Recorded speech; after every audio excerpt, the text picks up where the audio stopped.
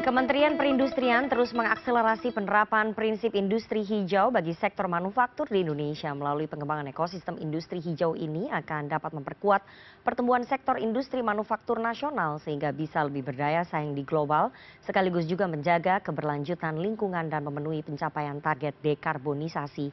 Dan sudah bersama saya di studio CNN Indonesia sore hari ini, Kepala Pusat Industri Hijau Kementerian Perindustrian Apit Priyanugraha. Selamat sore Pak Apit. Sore Mbak Nana. Pak Apit, kita tahu ya bahwa sekarang ini diselenggarakan IGIS 2025 ya. Sebelum saya ke situ, saya ingin tanya lebih dalam sebagai motor utama pertumbuhan ekonomi, sektor industri memiliki peran strategis dalam mendukung komitmen nasional untuk mencapai net zero emissions pada tahun 2060. Seperti apa Kementerian Perindustrian melakukan berbagai upaya seperti menyusun peta jalan dekarbonisasi untuk subsektor industri prioritas terutama untuk mewujudkan target dekarbonisasi itu? Oke, baik. Mungkin pertama kami perlu sedikit meluruskan sedikit saja. Jadi net zero emission 2060 itu target nasional. Nah, sementara untuk sektor industri, pimpinan kami Bapak Menteri Perindustrian ingin mengakselerasi 10 tahun lebih cepat, jadi 2050. Lalu betul bahwa kami dalam rangka untuk pencapaian target NDC, kita harus menyusun roadmap. Roadmap peta jalan dekarbonisasi industri. Di mana di dalamnya kita itu harus bisa mengidentifikasi berbagai teknologi rendah karbon, apa saja sih yang harus diterapkan di berbagai jenis industri ini, mana yang cocok, berapa biaya implementasinya, bagaimana kontribusi terhadap penurunan emisinya, lalu juga kita juga harus memperhitungkan cost efisiensi yang akan terjadi itu seperti apa. Itu setelah kita juga mempunyai namanya semacam cap atau target, di mana target kami jauh lebih agresif daripada target pencapaian NDC. Karena target kita mempercepat 10 tahun itu. Jadi sangat agresif lah yang kita kejar untuk target penurunan emisinya. Tadi saya masuk ke IGIS 2025. Kementerian Perindustrian kembali menggelar IGIS untuk tahun ini begitu ya, dengan tema Driving Industrial Decarbonization Through Green Energy Ecosystem. Nah, penyelenggaraan IGIS 2025 ini membuka ruang tidak untuk kolaborasi strategis antara pemerintah, kemudian stakeholder di industri, mitra strategis, hingga organisasi internasional dalam memperkuat komitmen Kemenparin tadi terkait dekarbonisasi nasional, industri nasional. Betul. Jadi IGIS ini memang di set up sebagai platform untuk kolaborasi persis apa yang tadi disampaikan oleh Mbak Nana. Dari ini kita tadi saya bicara kebijakan pengurangan emisi ya, bagaimana kita mencapai NDC, mencapai net zero emission 2050, itu akan memberikan konsekuensi logis terhadap industri.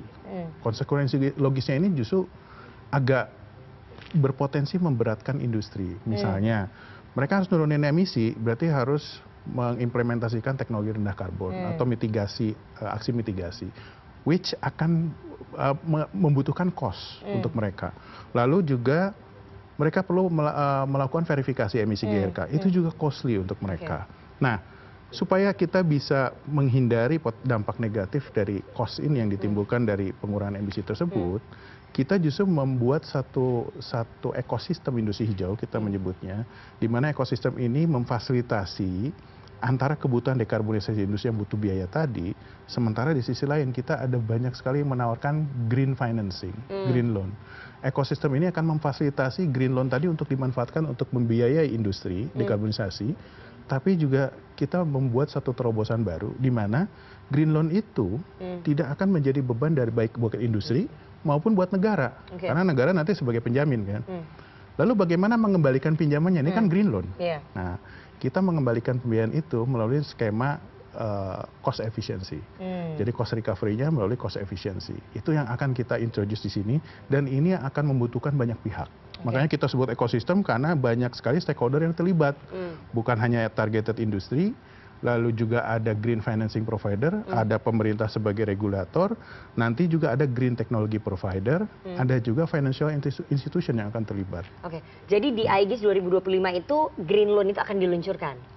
Green loan itu sebenarnya sudah available sekarang, tapi kita akan membuat mekanisme supaya pemanfaatan green loan itu lebih mudah dimanfaatkan untuk industri yang ingin melakukan dekarbonisasi, dan lagi mereka nggak usah balikin uangnya, gitu. Balikin uangnya dari cost efficiency.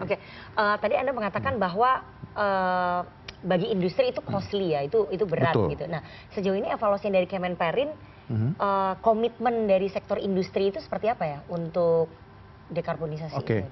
mungkin saya harus menyampaikan dulu beberapa motif industri atau pelaku usaha untuk melakukan dekarbonisasi. Ya, kan ada yang pasti karena merasa costly ya. Betul.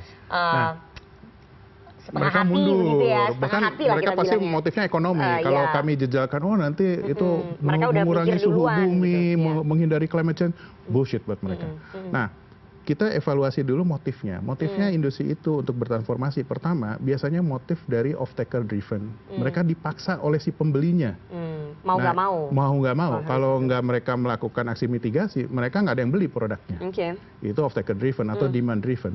Ada juga yang investment driven atau investor driven. Jadi si investornya yang mewajibkan saya mau invest, tapi Anda harus melakukan aksi sustainability gitu. Ada juga financial driven.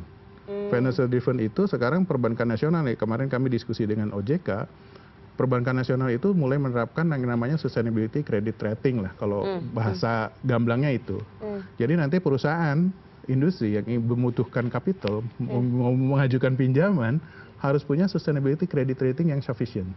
Mereka harus membuktikan dulu mereka sudah melakukan aksi mitigasi apa, udah menghemat belum, udah energi efisien atau belum, dan seterusnya.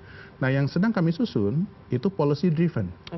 Jadi kebijakan yang kita buat memaksa industri yang tadi nggak kena off-taker driven, investor driven maupun financial driven, kita paksa dengan policy driven. Gitu. Ada 4 motif. Jadi selain policy driven dan green loan tadi, langkah Kemenperin untuk mendorong industri agar cepat-cepat mau beralih itu apalagi? Betul. Jadi selain tadi kan itu kan kebijakan memaksa, terus kita siapkan juga kebijakan fasilitatif untuk mobilisasi green loan.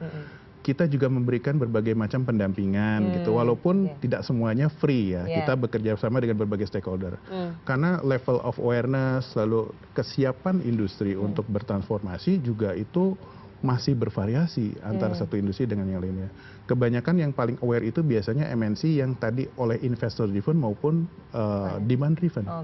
Jadi mereka mau nggak usah disuruh pun mereka bertransformasi gitu.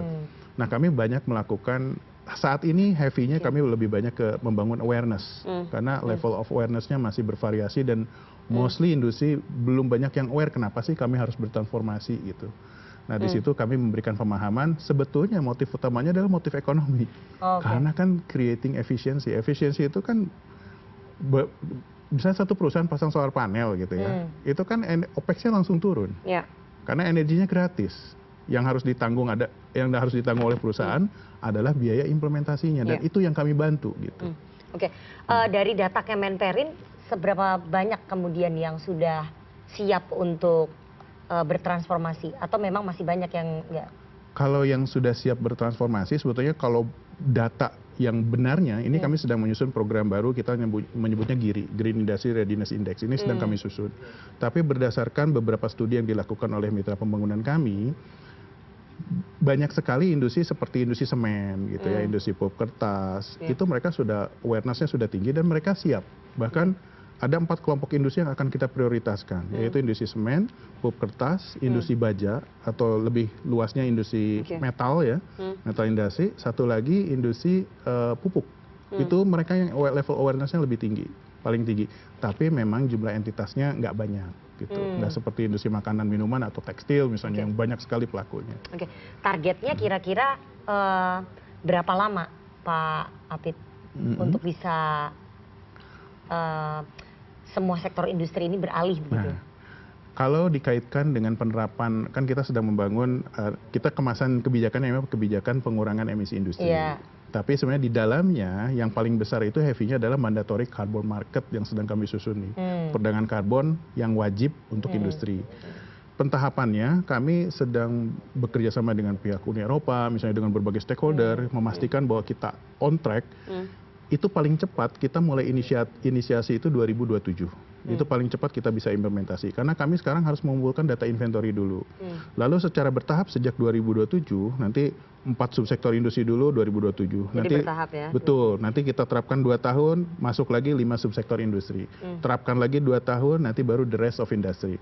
Mudah-mudahan kita di 2050 itu sudah benar-benar nol. Tapi kalau dilihat dari trajektori, nanti emisi itu tetap akan naik dulu 2030 sampai 2035. Emisi itu akan naik dulu, emisi industri. Karena kita memperkirakan growth-nya akan naik, growth ekonomi. Jadi kalau otomatis para betul. Gitu ya. Jadi kalau ekonomi naik, kita perkirakan berarti kan output juga pasti naik, output naik, emisi pasti naik. Yang kita turunkan adalah intensitas emisinya. Gitu. Jadi bukan nominal emisinya, tapi intensitas yang kita turunkan. Oke. Dokumen komitmen kontribusi aksi iklim telah disampaikan Indonesia kepada dunia internasional tahun 2022 ya. INDC. Dalam dokumen tersebut Indonesia meningkatkan target penurunan emisi gas rumah kaca menjadi 32% begitu ya. Dari sebelumnya sekitar 29% dengan upaya sendiri dan 43% melalui bantuan internasional dari yang sebelumnya 41%. Nah, dengan kolaborasi seluruh stakeholders dan semangat kolaborasi ini, sinergi serta inovasi, apakah kemudian kita Indonesia ini mampu pengembangan industri yang berdaya saing, berkelanjutan hingga berkontribusi positif? Kalau kami dari sektor industri sangat optimis, dan bahkan tadi seperti saya sampaikan, target kami itu bukan di level pencapaian NDC, kita lebih tajam lagi, lebih offset lagi, lebih agresif lagi. Dan selain itu, tentunya yang sedang kami bereskan sekarang itu salah satu kelemahan terbesar yang kita terlambat melakukan upaya ini adalah menyusun dan mengumpulkan data inventory. Data inventory bukan cuma profil emisi GRK, tapi juga aksi mitigasi. Jadi mungkin gampangnya begini, banyak sekali orang sudah melakukan berbagai aksi mitigasi, tapi tidak terekod dengan baik. Tidak bisa dihitung, tidak bisa diklaim. Jadi ada perusahaan, saya sudah pasang solar panel Pak, saya sudah melakukan... Tapi nggak tercatat begitu ya? Tapi tidak bisa diklaim, karena mereka untuk kepentingan sendiri dan mungkin untuk memenuhi target si investor misalnya, atau untuk hanya compliance terhadap si buyer. Tapi bukan untuk negara, jadi tidak dihitung. Nah, kita di tahap awal di 2022 ini kita akan fokus pada data inventory. Jadi kita mengumpulkan data tersebut dulu. Jadi di IGIS 2025 ini nanti fokusnya akan apa? Fokusnya lebih banyak mengangkat isu yang tadi ekosistem industri hijau, yang pada dasarnya adalah bagaimana sih kita itu melihat supaya industri itu berubah mindset, memandang masalah transisi energi, transformasi ke industri hijau dan lain itu bukan cost base. Tapi kita melihat banyak loh benefitnya, nggak usah lah mikirin global warming, nggak usah lah mikirin... Tapi memang susah ya merubah mindset itu ya, para pelaku industri itu memang sulit ya? Kesulitannya di sana. Jadi kami akan mengedepankan bahwa berubah menjadi greener industry itu menguntungkan, karena terjadi cost efficiency gitu. Itu yang mau kita angkat. Jadi itu akan menjadi fokus dari IGIS 2025 ini ya. Semoga nanti di forum itu kemudian para pelaku industri bisa tercerahkan mindsetnya. Karena yang paling sulit adalah mengubah mindset. Betul. Karena mengubah mindset itu akan berlanjut ke niat. Jadi kalau misalnya mindsetnya belum berubah, sulit nanti niatnya untuk beralih atau bertransformasi ya Pak Apit ya. Oke.